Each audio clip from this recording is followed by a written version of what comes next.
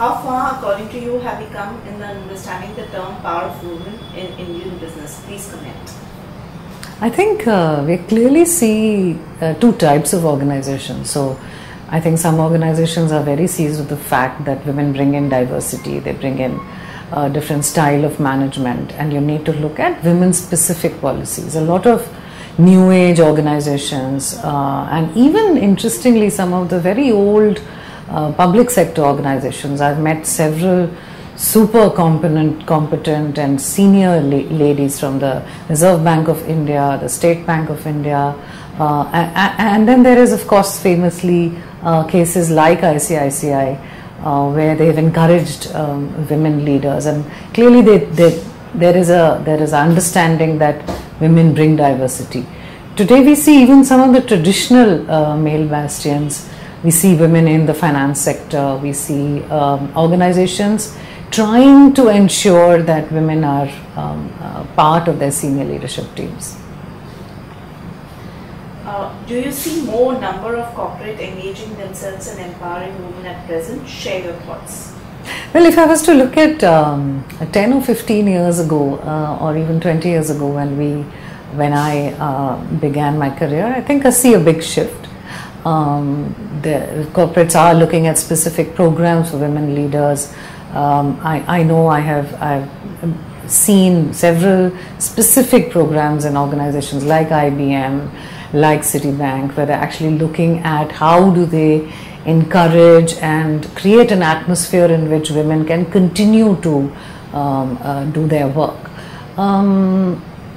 In some areas, I think there is a sad part that women are still seen as people who have to stay in soft areas, so-called soft areas like human resources, like you see a lot of younger women in advertising, and I think that is a struggle that as a country we still have to come to terms with. That as women reach ages where they wish to spend time with their families, where the realities of childbearing, childcare support, etc. come in, I think we've still not reached a stage where we've begun to understand that these could be made available more widely, more professionally, and in a cheaper way. In many ways, we're still dependent upon domestic staff. The biggest worry that I have is really in other than corporate India, where the disorganized labor force, where there's almost no childcare available, women are still paid less than their male counterparts, and I think we have a lot to worry about for the women in our middle class and lower, which in India's case is actually 50 to 60% of our women. So I think we have a long way to go as a country. But there are pockets clearly of these opportunities changing and conversations at least changing around what women bring. If India had lesser number of women leaders, how different had it been? They famously say that that we had the world's second woman prime minister. Sri Lanka was the first, and yet we've not seen as much change for women as should have been made possible by some of these women. So I think in a lot of women, a lot of us rather, we tend to sort of fit into the male world rather than attempt to shape the male world to what we want it to be. And I think that women do bring, but they do bring something very different to the leadership space. They bring in, I think, and it's now acknowledged across the world that we bring in a style that is more participative, that is more less, I need to do this better than you, so less competitive. And in that sense, they create cultures and organizations that are more facilitative for everybody involved, including the sort of men. So I think women leaders can do and do a lot.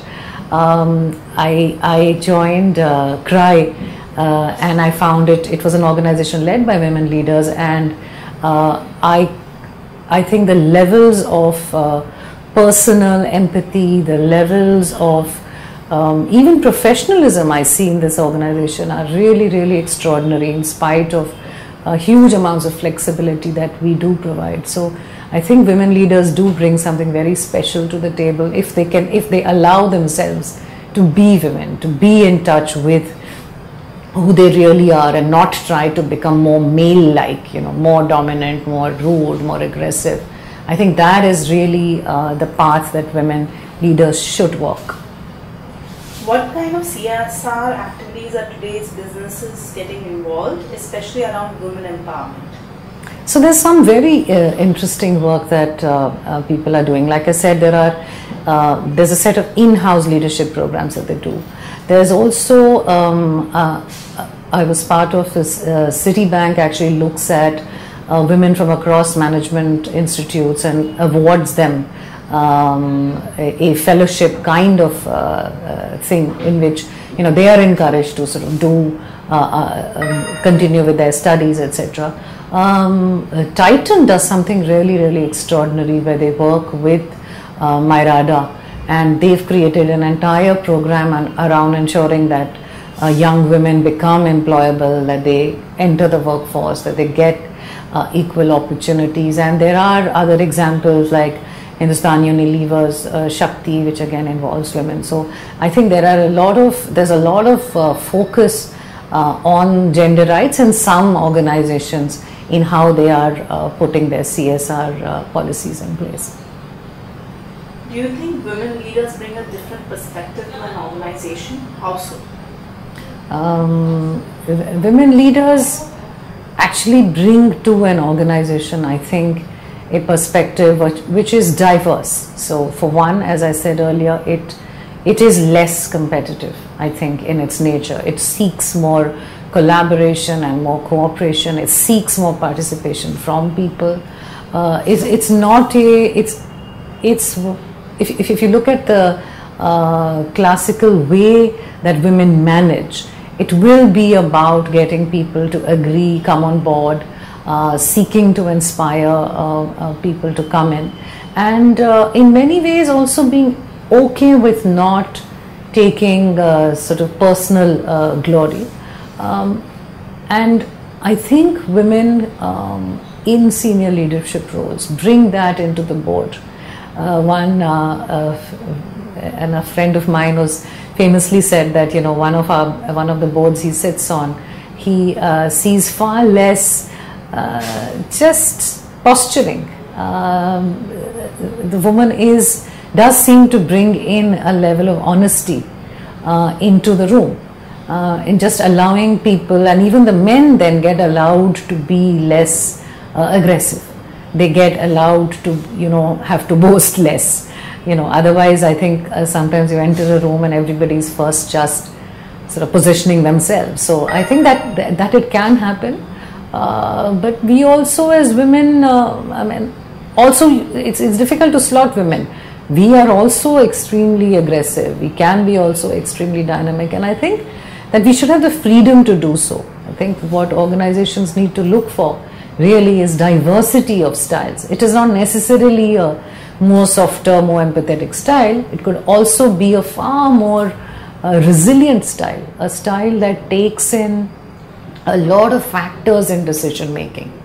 So women tend to take decisions not in a laser-like single path, but they tend to look at all the multiple factors, which is something that we are almost genetically programmed to do.